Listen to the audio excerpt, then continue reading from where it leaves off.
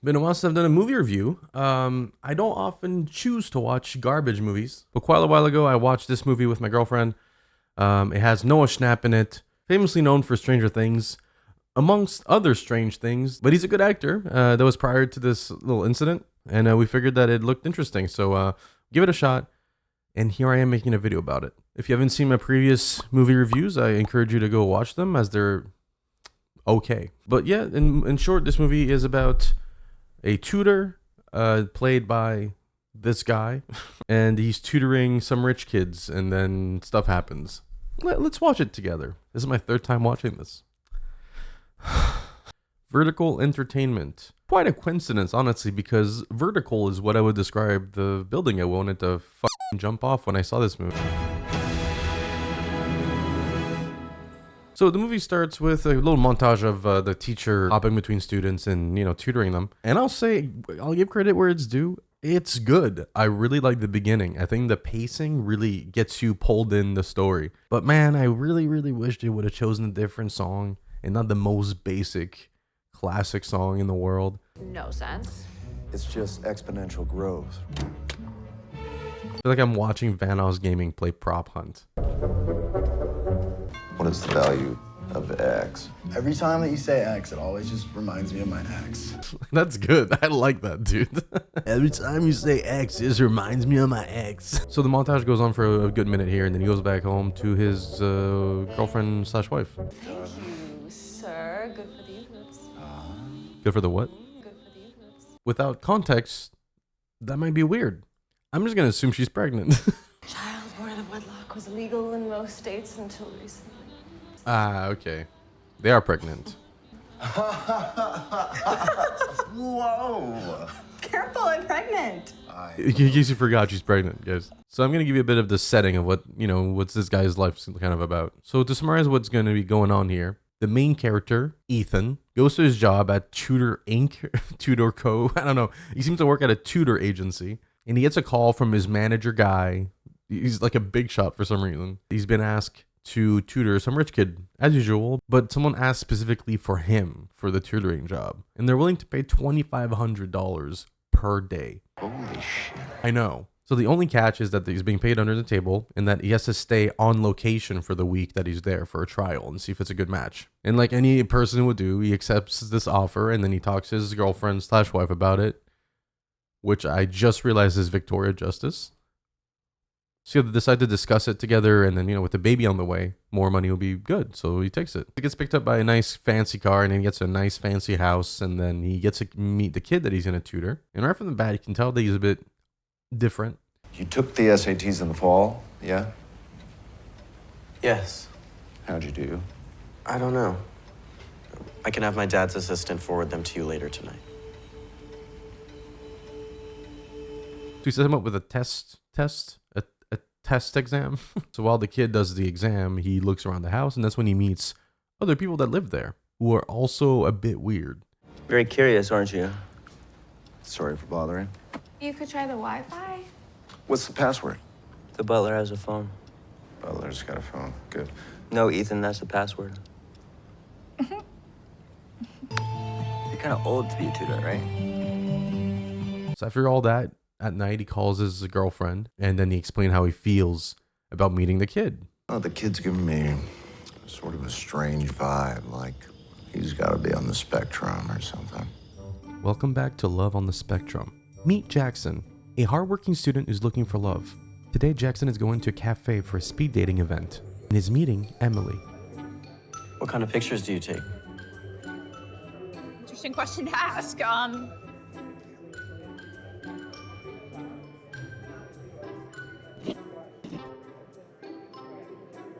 You'll probably only find this funny if you've seen the show, but if you haven't, well, sucks for you. Next, it comes by, gives him more school shit to do. So he asks him a few questions about himself. We get to learn that the strange man that we've met before is actually his cousin, and he's like a brother to him. And then Ethan tries to learn more about him, and then asks what his parents do for a living, like what his dad does. What's your dad do? I'm not allowed to say. You can't tell me what your dad does. What about your mom? They sent her away. Sorry. Yeah, I don't know what else you'd say to that. What kind of pictures do you take? I saw your camera. People, mostly. Mostly an abstract photographer. Can you do abstract photography of people? Can a person be an abstract thing? I don't know. What about the baby? Was it planned? Excuse me? Are you worried about having a bastard? What the fuck? Well, you're not married, right? I'm just curious. Let's focus on work. So we totally get the vibe that Jackson, the kid, is kind of a stalker creep. Why the fuck would he say that, you know?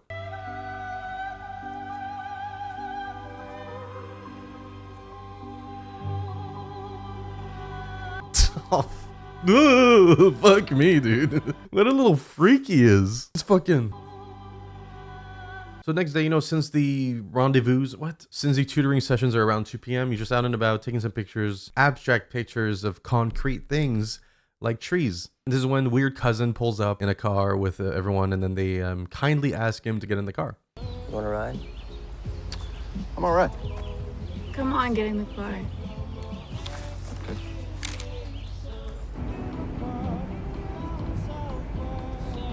You like Teddy? She has to obey me. You can have her. I got a girlfriend, thanks. Jackson told me that your lady's pregnant, so this could be your last chance. What? Dude, honestly, that's so disgusting. Do you see the green screen in this scene? This is atrocious, disgusting, dude. It's so choppy. It's like someone put up a wall and just projected a home video from the 90s on it. It's even a different frame rate. Christ, it's disgusting. Hey, will you take my picture? Yeah, sure, man. Oh, it's on video actually. Sorry. No? Hey guys, it's Noah. I've had many open discussions with friends from Palestinian background. So after the picture, he tries to buy him off to get the afternoon off the session. She offers him like $5,000 just to cancel the session because to him it's nothing, and he kind of makes a point of it. What if I give you $1,000? Jackson, that's ridiculous. I can't take your money. Come on, 1,000 is like nothing. Maybe for you. 5,000. Deal. Sold. Yeah, you take that fucking money, you fucking slut.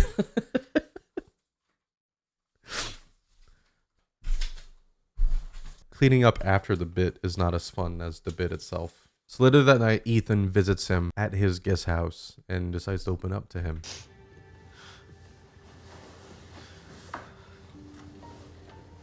It's been super hard.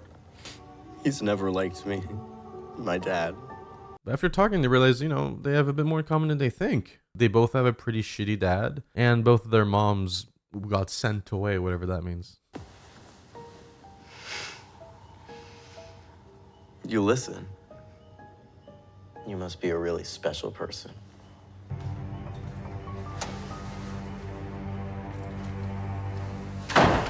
Just as mysteriously as he appeared, he vanished.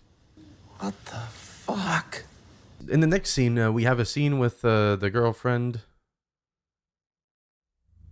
I don't remember her name. The girlfriend and her friend talking about Ethan cheating in the past. And that's the scene. That was the purpose of that scene. They could have thought of maybe a better way to implement that piece of information, but not. Can you use that in that way? So then the next day or something, Jackson visits Ethan, and then he tries to get closer to him and stuff, a bit more like a father-son relationship, which kind of weirds out Ethan, and then he just kind of is harsh but truthful with him. You're so cool. I want to get to know you. Jackson, this is a job, okay? I don't know what you thought it was, but I'm your tutor. I'm not your friend, okay? Have a good night. So before the last session, before he left, he realized he might have been a bit harsh with Jackson. So he decides to try to find him and apologize. Jackson?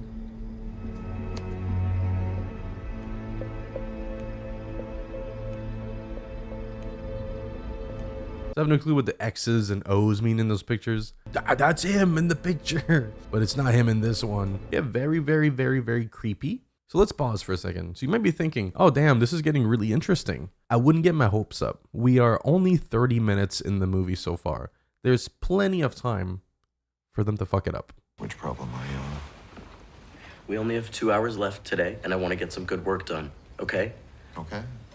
At the tutoring session, Jackson's clearly agitated by what happened prior, and Ethan is just on his side trying to not say anything about the pictures on his computer. Look, hey, just relax, relax. Just breathe. Look, I'm sorry about yesterday. I didn't mean to upset you, but I do have to get home. And I do think that you formed a slightly unhealthy attachment to me. I just want to get to know you. What's wrong with that? I saw the pictures on your computer. You shouldn't be on my computer. Man, Noah Schnapp is such a good actor. It's actually such a shame that he was dragged in this garbage movie, man. Do you want to talk about it? Jackson. Hey, Jackson. Hey, stop. He starts freaking out and punching himself, and he has a meltdown, basically. Then he runs away. And this is when Ethan meets the dad. Hello. Well, They're all just really passing that girl around. Jesus Christ. So he met the dad. They talk a little bit, and then he tells him he can't make it for dinner, and it's all good. Goes home with this piece of fucking trash green screen. On the way home, he gets a call from his manager, whatever you want to call it. So basically, they want to rehire him for triple the rate he's being paid. So he begrudgingly says yes because it's good money, but he's still weirded out by Jackson, obviously. So later that night, he and his girlfriend go to a restaurant and meet up with their friends. So one of the friends asks Ethan how his job is doing, you know, being a tutor and all, and he talks about all the weird rich kids he has to tutor, and then the subject lands on Jackson. He's obsessed with me in a total stalker sort of way. He had pictures of Annie and I on his laptop. It's flipping out in some sort of psychotic, like bipolar episode. He's such a weird little kid that I don't know how he lives with himself. Jackson. My worst nightmare ever. We were just talking about someone else. Yeah, way to tell on yourself, man. We were talking about someone else that sounded exactly like you. But I felt the need to tell you that it wasn't you because it sounded exactly like you. What are you doing out here so late? My family owns 3 buildings on this block. We're here on weekends. It was so nice meeting you. Nice to meet you too.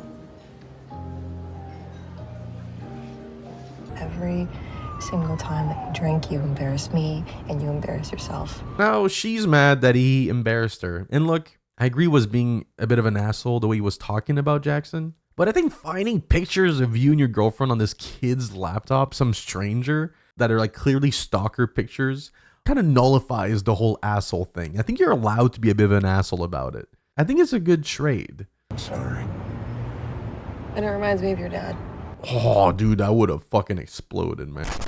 She pulls the dad line on that. They were stalked, clearly stalked, and then she pulls that line. I would have lost my mind. So in the next scene, Ethan waits to get picked up by, I guess, Jackson's butlers or whatever to go tutor him, and I'm assuming apologize because that was messed up. But Jackson calls to change of plans, and he wants to meet at his townhouse. And he says he's going to be a little late and to just let himself in. So he does. And he calls again after a little while and tells him he's going to run even later and to just, just hang out. Told Annie we'd get dinner. Have something to eat if you're hungry. I left you some fruit. Yeah, I see it. Thank you.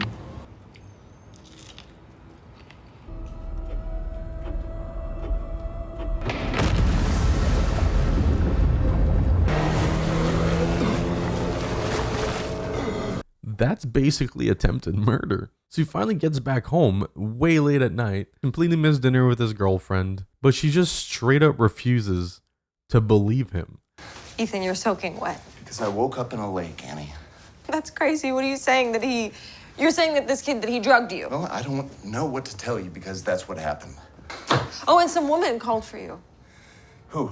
Who was this woman? Why is your hair You're wet? jumping to conclusions. I think that I have a right to be suspicious given what's happened in the past, Ethan. You say that you're going to be in this. This part is so tremendously fucking aggravating. The writing in this part's so fucking bad. They just make her say all this shit and then they just throw in a, you know what happened in the past to hopefully justify all this crazy shit she's saying.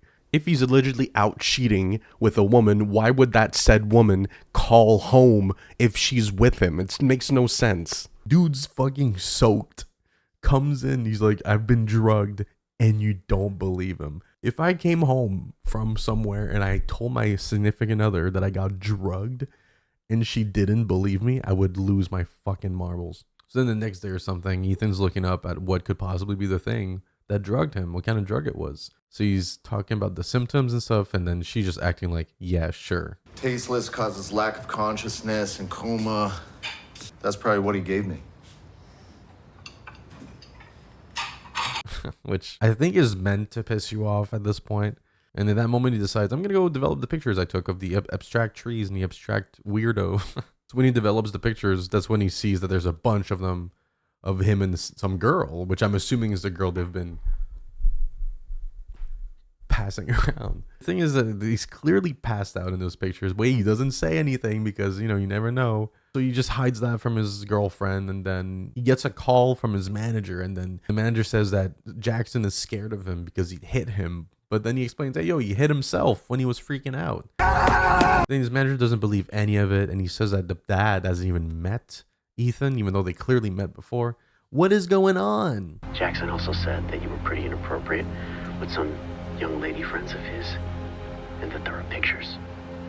Ethan? Oh my God. Chris, I don't know what's going on, but there's a lot more that he's not telling you. I'm gonna have to let you go. Chris. Chris. Chris. So it's not going super well for him right now. So later on, he's, you know, walking about and trying to get a new job, I'm assuming. And then he spots Jackson and his cousin just hanging out. I'm sorry. Stop! I don't know what the hell's going on, but this needs to fucking stop right now. Did you mean it? The other night at the restaurant, what you said, Yeah, did you man, mean I it? meant every goddamn word of it. You're a piece of shit for judging me. I don't have to that? judge you. It's all You don't know crystal clear anything on the about You don't view. know what I've been through or what you've done to me. What I've done to you? Hey, don't put your fucking hands on him, man. You stay away from my family. You hear me, Jackson, or I'll hurt you. And then like immediately after, like he had time to go maybe apply for a job. And then he gets called by the police to go into the station to review some footage of Jackson being assaulted. And then they accuse him of being the assaulter. As after defending himself, he comes out of the room and here's his girlfriend comforting Jackson right in front of him. And it's just, oh my God, dude, what a rage bait. You know what I mean? Your dad, and I think about when your mom left, and I don't want to be stressed like this all the time, Ethan. It's not good for the baby. I don't understand how you can't just... Who's Rachel Platt? Who is Rachel Platt? So it's then revealed that Jackson told Annie, the girlfriend, that Rachel Platt was his mother, and then she was murdered 10 years ago. And then Ethan admits that he did date her for a little bit, but her death was an accident or a suicide or something. Okay, so let's speedrun this bit here because I am tired of this movie. This is my third time watching it. After the argument, he has a quick breakdown in his car. He seems to be living in his car at the moment or something, I don't know. So he goes back to the house where he tutored him to confront the dad about, you know, lying. And it's a complete different family. And he's like, what the fuck? Except the guy's daughter is Teddy. Teddy is, you know, but then he ends up just sounding crazy and being threatened to leave the property. So he goes back to the townhouse where he was drugged and breaks in. You realize that it's an Airbnb or something. Luckily, he finds a strawberry that was used to poison him. He gets caught by the cops. Then it cuts to the girlfriend doom-scrolling this Rachel Platt stuff. And then her friend says what the audience has been thinking this whole time. This doesn't prove anything. And I think you are jumping to conclusions. I think you should get out of the house. Annie's friend's basically telling her to touch grass. And it cuts back to Ethan in jail being interrogated and shit. And he tells the cops to ask Jackson's dad about Rachel Platt dying, but it's revealed that his dad died from cancer 3 years ago.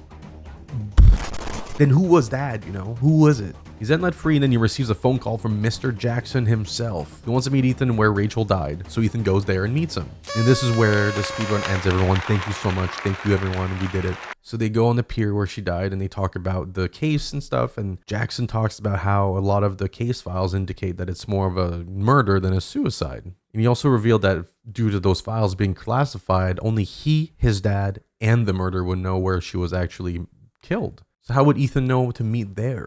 I had nothing to do with it. Okay, I promise. I guess if you tell a lie long enough, then you just start to believe it. I waited for your line to hit him. Was that good? The scene then changes to Annie being in bed at her home, feeling uneasy. And then she checks her phone and sees the tracker app that she put on it because, you know, he cheated on her. And then that's the scene. Ethan wakes up and then Jackson presses him about the events of the night. Ethan admits that he did talk to her before she died, but he never actually came in person to her. He never showed up. Came in person? I talked to her on the phone that night, maybe an hour before she died. She was sad about our relationship ending. She was drunk, but I didn't come here. I knew it'd be a mistake. The autopsy showed she was pregnant. It was gonna be a boy. And then Jackson drops that the autopsy showed that she was pregnant. And it most likely wasn't his dad's because They weren't fucking. so it was Ethan's baby. And it died. He's not gonna tell the truth. Fine. Let's kill him. Fine, let's kill him. Ethan then folds and admits that he was in fact at the dock and that she was being super emotional and unstable and, you know, she wanted to be with him. But then Jackson, turns out he found a diary that showed that it was actually the opposite. She couldn't understand why you wouldn't stop. Begging to be accepted. Stop it! To be Stop wanted. it! To be a part of a world that has no desire to include him in anything more than a weekend of pleasure. What was once adorable is now just sad and pathetic. And there's a lot of spitting in that scene. I don't know why they're spitting so much. And Ethan's had enough of listening to this, so he lunges at the cousin and then kills him on the spot while Jackson runs and hides. And this is where Ethan's character does a little of a switch. He's like a comically evil villain, and I just cannot take it seriously anymore. When I was a little boy, I used to play I Spy with my mom.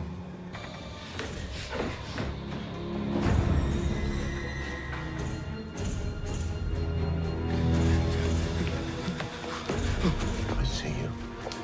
Honestly, if they just took 5 seconds to think there, they could have done such a well-executed parallel to the beginning where Jackson was the one staring in the window, and now it's Ethan staring in the window, but instead they just have a weird pan shot. Just could have had such a good...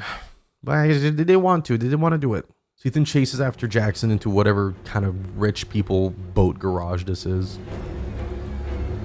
Come out, wherever you are. And he's trying to sound crazy, but it's just so voice cracky. There you are. My God, I can't believe I didn't see you before. You look just like her. I watched her take her last breath. Now I'm gonna watch you take yours. It's your time. Feel you like wait. Ellie. And then he gets caught by his girlfriend mid like speech about how he wants to kill him, and just like he killed his mom. How absolutely embarrassing is that? You're a monster.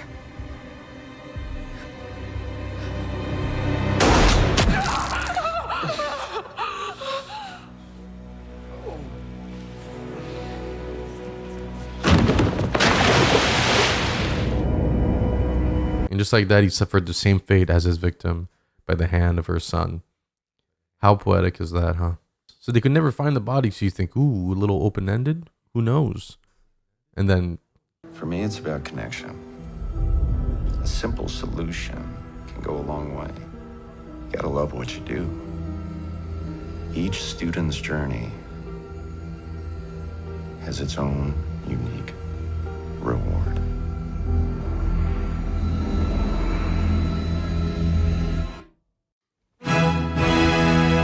So he has a new identity and he's going back to tutoring. So I don't see the benefit of keeping him alive. Were they hoping to make a sequel of this? Truly? A movie that had a very engaging and promising beginning turns into a circus act by the last chapter, just basically wasting the viewer's time and then ultimately falling short of what could have been a great movie. It also manages somehow to make you feel stupid in like the worst way possible. They have a side character mention something that the whole audience is thinking and then decides to prove you wrong by having the main character be in fact a killer. And they wanted to prove you wrong so much that they just apparently were willing to sacrifice the whole fucking story. Hope you guys enjoyed this review, and luckily for you, didn't have to watch it multiple times like me, and which every time had me going like this. But yeah, I hope you guys enjoyed. Subscribe, like, go check out the previous ones, and have a good one.